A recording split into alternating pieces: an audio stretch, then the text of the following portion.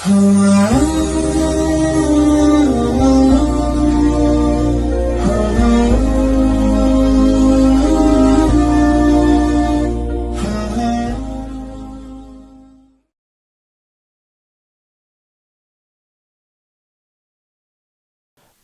alaikum wa rahmatullahi wa barakatuh. Sot pra me mua në episodin e radhës të podcastit ton është Hoxha i nderuam Hoxh Sinan Roshiti. Hoxha, selam aleikum dhe mirë se u takuam përsëri. Wa alaikum selam rahmatullahi wa barakatuh. Allah i gëzon, mirë se u takuam. Allahu të begatoft, ruaj të forcoft dhe na dhash sinqeritet dhe devotshmëri në fjalën e vepra ya Rab. Amin. Si e Hoxh, si ke kalu? Wallahi e gëzon mirë, alhamdulillah. Unë shpeshherë kam një shprehje them luft me dynjan. Luft me dynjan. Allahu na forcoft rrugën e tij. Amin, amin. Hoxh, para se të hym detaje në temë, sot jena të jetu me një kohë ku mirësit janë shtu pa fund. Alhamdulillah. Rahatllëki tek njerëz është pa fund. Komoditeti, me një fjalë kina hinat, si thonë, në atë zonën e komfortit. Alhamdulillah. Por zemrat e njerëzve janë bosh. Kam probleme shpirtërore janë shtu pafundësisht. Dhe pikërisht kam vendosur të flasim sot se si ta mbrojmë pra zemrën nga probleme shpirtërore, siç është mendjemallësia, zilia, ose smundjet shpirtërore, pra smundjet e zemrës, zilia, siç është mendjemallësia dhe shumë smundje tjera, po. E gëzon Allah begatoft ruaj vëllajm për kohën edhe gjithashtu për temën tepër e qelluar. Unë vetëm nëse mundet ta bëjmë një korrigjim, njerëzit kanë komoditet për nuk kanë rahatllëk. E vërtetë. Se nëse njerëzit kanë rahatllëk, do të thotë se zemrat e tyre janë në gjendje të mirë. Ajo që e bën mos të kemi rahatllëkun është që gjendja e zemrave tona nuk është në gjendje të mirë. Edhe pa pikë dyshimi, siç ekzistojnë smundjet fizike, ekzistojnë edhe ato shpirtërore ose smundjet e zemrës. Smundjet e zemrës janë shumëta që janë përmendur edhe Kur'an edhe hadithet e pejgamberit sallallahu alaihi wasallam, por se diti ke caktuar për një smundje për të cilën dëshiron që të folim. Po, pikërisht, pra besoj që do të ishte më së miri ta ndajmë në epizoda, pasi që ka shumë smundje të zemrës, por sot më shumëti pra do të flasim rreth zilis. Zilis. Pse e vërejnë se ka zili shumë? Ka zili shumë të njerëz të shtu me të madhe. Allah na rrit. Amin. Por subhanallahu normal zilia gjoher vjen nga njerëz të cilët janë të afërt dhe njerëz të cilët gjoher shoqërojnë të tjerat, se nuk mund të ta ketë zilin dikush që nuk të njes, se njeh jetën tënde, nuk të njes si person, si njeri, si individ, as që ka kaluar kohë me ty bashkërisht. E kështu që Kabili e pati zilin, vllaut aty Abilin, kështu e pati zili shejtani, iblisi Ademi alayhis salam. Pra, nga kjo mësojmë se zilia është një cilësi prej cilësive të djallit të shejtanit. Pra, zilia është cilësi djallëzore, waliadhu billah, dhe kur themi se njerëzit neve, se edhe ne jemi njerëz, dhe kur themi se neve vujmë nga kjo sëmundje, pra vujmë nga një sëmundje që është cilësi djallëzore, që i ka prekur zemrët tona dhe që i ka infektuar zemrët tona, dhe pastaj mas një sëmundje vinë sëmundjet e tjera të zemrës. Pra me plot dëshirë qeft ne mund të flasim sipas mundësive dhe njohurive që i kemi rreth kësaj teme. Po, inshallah. Hoxh, Kur'an shpesh përmendet parafërsisht 132 herë zemra në Kur'an përmendet, në forma të ndryshme. Por cili është, cili është roli i zemrës në, tek njeriu? Në zemra, vëllajm, siç e dim, është qendra e njetëve. Qendra e ndjenjave. Prandaj dhe ka mos marrëveshje mes dietarëve islam se njeriu a mendon me mendjen e tij apo mendon me zemrën e tij. Sepse Allahu thotë në Kur'an ata kanë zemrat me të cilët nuk mendojnë. Kështu Allahu subhanahu wa taala. Pra, gjëra Allahu subhanahu kur përmend për të menduar përmend zemrën. Sidoqoftë, pra zemra është qendra e ndjenjave, qendra e mendimeve, qendra është shtëpia ose pallati i mbretit. Që ti je mbreti, është pallati yt. Tamam? I cili pallat duhet ruajtur mirë dhe se I ka dyert e veta dhe shumë kollaj mundet të na shkatrohet. Është qendra nga e cila pastaj burojnë edhe fjalët tona, veprat tona. Atë që e themi e bëjmë, është si burimi asaj që ka fshihej në zemrat tona. Dhe pa pikë dyshimi, Allahu thotë në Kur'an, thotë ata kanë zemrat e tyre me të cilat zemra nuk mendojnë. Tamam? Ka thotë Allah subhanahu wa taala bel ala qulubihim aqfaluha. Në zemrat e tyre kanë dry. Allah subhanahu wa taala kur u mbyll zemrat njerëzve, derisa u mbyll në atë formë e përshkruar me dry, që ti nuk mundesh me ata qelish. E përshkruan zemrën gur. Domethënë më të fortë thot bile se guri. O hiya kal hijarat aw ashaddu qaswa, kur zemrat janë të forta si guri, bile më të forta se guri. Pra e shohim se pejgamberi sa më thot ala inna fil jasadi mudgha. Thot në brendin e trupit të njeriut thot ka një copë mishi. Idha salahat sairu jasadi kulli. Nëse ajo copë mishi është në rregull, i gjithë trupi njeriut do të jetë në rregull. Pra mbreti dhe ushtria. Ushtria e njeriut janë trupi ose pjesët e trupit të njeriut. Mbreti është zemra. Wa idha fasadat sairu jasadi kulli. Thot nëse mbreti që copë mishi nuk është në rregull, i gjithë trupi i njeriut nuk do të jetë në rregull dhe më në fund thot ala wa hiya al-qalb. Kjo copë mishi thot është zemra.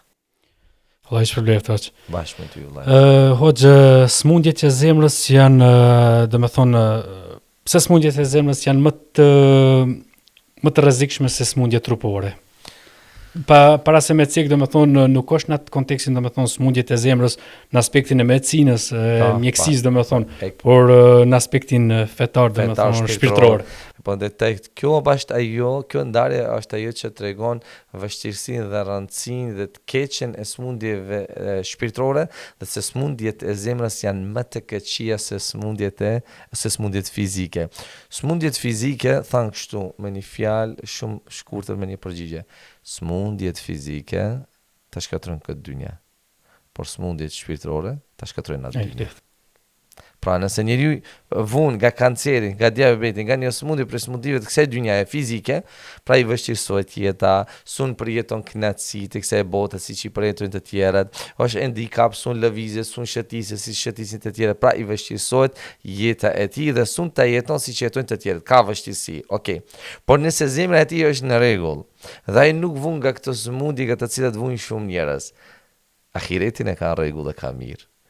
Por nëse ti fizikisht janë rregull, nuk vun nga asnjë smundje për smundjeve shpirtërore të zemrës, por ti nuk vun nga një smundje fizike, por vun nga smundje të zemrës, që ose zilia, ose mendjemallësia, ose syfacia, shumë smundje të tjera, pra ti përmes kësaj smundje ti shumë kollaj e hub edhe ahiretin. E pse?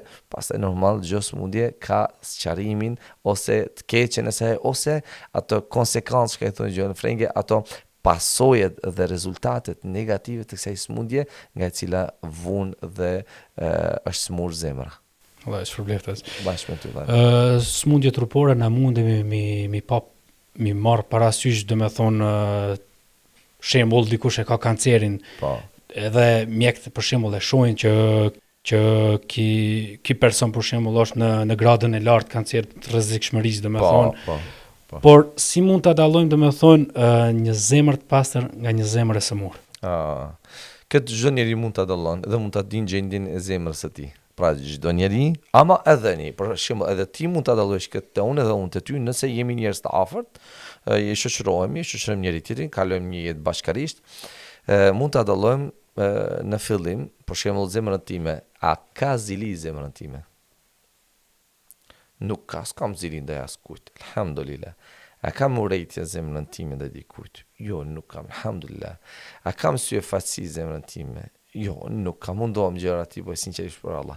A kam mendjemallësi? Pra nëse gjendja e zemrës time është mirë dhe nuk vun nga këto smundje, atëherës alhamdulillah. Por nëse zemrat tona janë të infektuara nga këto smundje, atëherës dihet se gjendja e zemrave tona nuk është në rregull. Prandaj mos gaboj Ibn al-Qayyim al-Jauzi, Allahu më shëroft, ka thënë, nëse dëshiron njeriu ta dinë gjendjen e tij në varr, se si do ta ketë në varr, le ta shikon gjendjen e zemrës së tij në gjoks.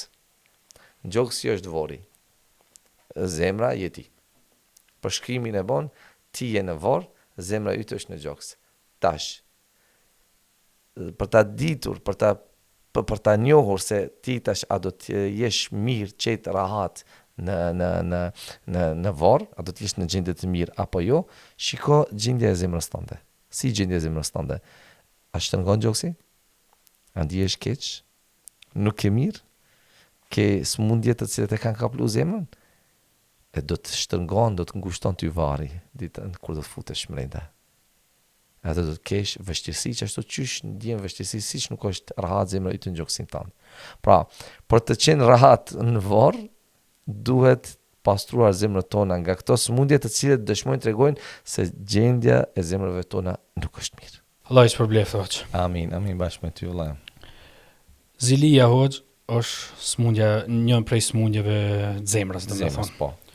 Çfarë është zilia në kuptimin fetar dhe si ndryshon nga dëshira për të mirën e tjetrit?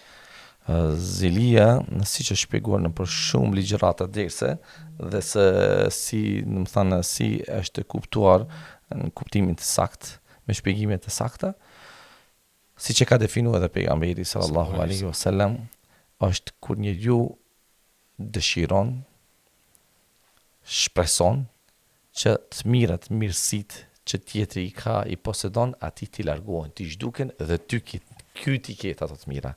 Ky të jetë poseduesi atyre të mirave. Një të mirë, një vetur që tjetri ka, shpreson që atë mirë ky ta humbe, ti zhduket, ta largon dhe ky këtë mirë që ta posedon. Dhe kjo është një gjë e ndaluar fetarisht, por kur njeriu pajtohet me të mirën, me një begati, me një mirësi të cilën Allah subhanahu wa taala ka begatuar tjetrin, është i kënaqur, por në njëjtën kohë ky dëshiron edhe ky të jetë posedues, ta ketë çat mirë, të cilën ai tjetri e ka, kjo i lejohet këtij fetarisht. Allah shpërbleft. Bashkë me ty vëllai. Si e shkatëron zilia shpirtin dhe marrëdhëniet mes njerëzve? Ajo që shkatron, masi që e cekëm se zilia është smundje për smundjeve të zemrës dhe pa pikë dyshimi çdo smundje shkatron zemrën, siç e shkatron edhe kanceri trupin e njeriut. Njeriu kur ka zili, duhet ditur se ai njeri është armik i vullnetit të Allahut. Në fillim duhet ditur se ai person nuk pajtohet me vullnetin e Allahut. Edhe ky tash ka zili dhe vun nga kjo sëmundje dhe ky nuk pajtohet me atë që Allahu ja ka dhënë tjetrit. Dhe mbas kësaj kuptojmë se ky vun shpirtërisht dhe se zemra e tij është në gjendje të rëndë shëndetësore. E pastaj normal kur të tjerët, shokët, të afërmit e zbulojnë se ky ka zili. Edhe njerëzit ziliqare din shumë be ka zili ky, sepse ai e shpreh.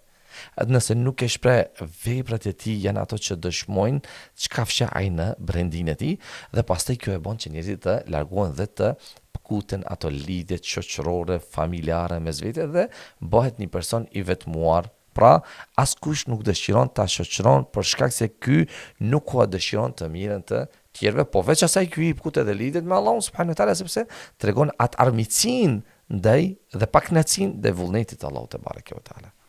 Po si mund ta dallojmë që një person është i prekur nga zilia?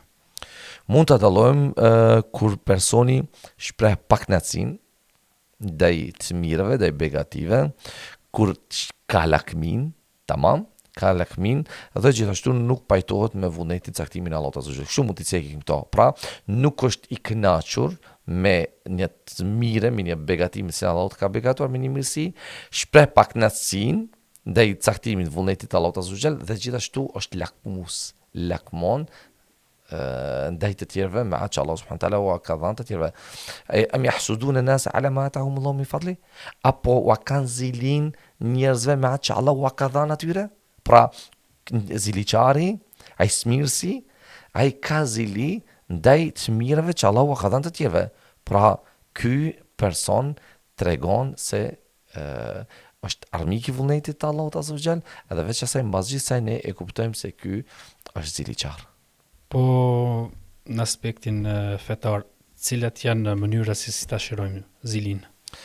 Mënyrat e shërimit ose si shërohet zemra nga kjo smundje janë të shumta, një prej tyre duke u pajtuar me caktimin kaderin Allahut te bareke ve taala, sepse tjetri që e posedon dhe e ka arritur është vullneti Allahut azza wa jall dhe nuk e ti që e ke dhënë atij, po është Allahu subhanahu wa taala dhe ajo është caktimi i nafakës, risku që Allahu subhanahu wa taala ka caktuar. Ti e ke nafakën tënde, ai ka nafakën e tij. Ai mund të ketë shumë, po nuk i ka qatë bereqit që ti e kete jo pak çka është. Pra, duhet pajtohemi me atë që Allah subhanahu wa taala ka caktuar për të tjerët, duke u lutur për të tjerët. Pra kështu e shërojmë një këtë smundje shpirtërore. Pra duke u lutur për të tjerët, masi që Allah u ka thënë aq më shumë t'u jep. Pra e shef se diçka ke pak nëtësi, pse ai të ketë lutu, bon dua për atë, kështu që në këtë mënyrë ti e fik atë flakën, atë flakën që shejtani po e kall në brendin e zemrës tande për të ta shkatruar zemrën. Ti lutur për vllon tan. O Allah, i ke dhënë kaq, jepi më shumë. O Allah, nëse i ke dhënë atij për të mirë, ma mundsoj edhe mua, më jep edhe mua që edhe unë bëj të mirë. Allah shpërblet. Po janë edhe shumë mënyra të ndryshme përmes të cilave normal leximit të Kuranit, lutjeve, kështu që të përmendurit Allahut te barekuta në këtë mënyrë ne i shërojmë dhe i ruajmë zemrat tona. Allah shpërblet hoc. Bashkë me ty vëllai. Kemi ardhur në përfundim dhe si fund e kam edhe një pyetje, si na ndihmon falënderimi dhe kënaqësia në caktimin e Allahut për shërimin e zilis. Vllajem, masi që është, si themi, si fon pyetën në thënë fundit të këtij emisioni, mirënjohja, se falëndrimi është mirënjohje që ja shprehim Allahut te bareke ve teala për të mirët, begatit, dhuntit, wa in ta'uddu ni'matallahi la tuhsuha. Nëse ju mundoni, thot Allahu, ti numroni të mirët Allahut azza xal, nuk do të harrini. Pra, për gjithë që ato të mira, ne falenderojmë Allahun dhe shprehim mirënjohjen tonë ndaj Allahut subhanahu wa taala dhe kjo pa pikë dyshimi e largon atë mirën, atë zilin nga zemrat tona. Pse? Për shkak se, okay, unë nuk e posedoj një të mirë që ai e ka e posedon.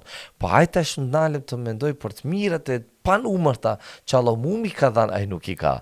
Jo se ai posedon gjithçka, ai nuk i ka të gjithë mirat që ti i ke.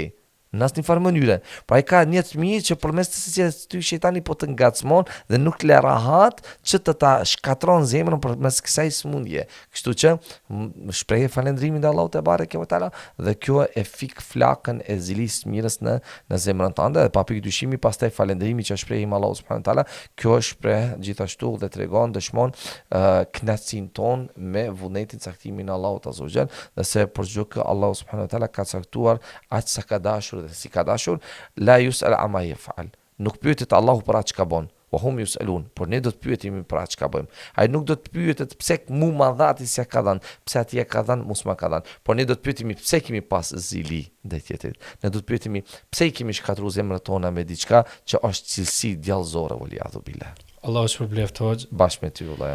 Do të vazhdojmë episodin tjetër për mendjemasin do të folëm inshallah. Nëse na mundsoni madhi Allah, inshallah. Allah është përbleft edhe një herë. Bashkë ty vëllai. Falenderojmë gjithë sponsorët tanë që kanë kontribuar për këtë projekt madhështor. Dhe shihemi në episodin tjetër. Allah na mundsoni. Selam aleikum. Aleikum selam. Shihemi inshallah.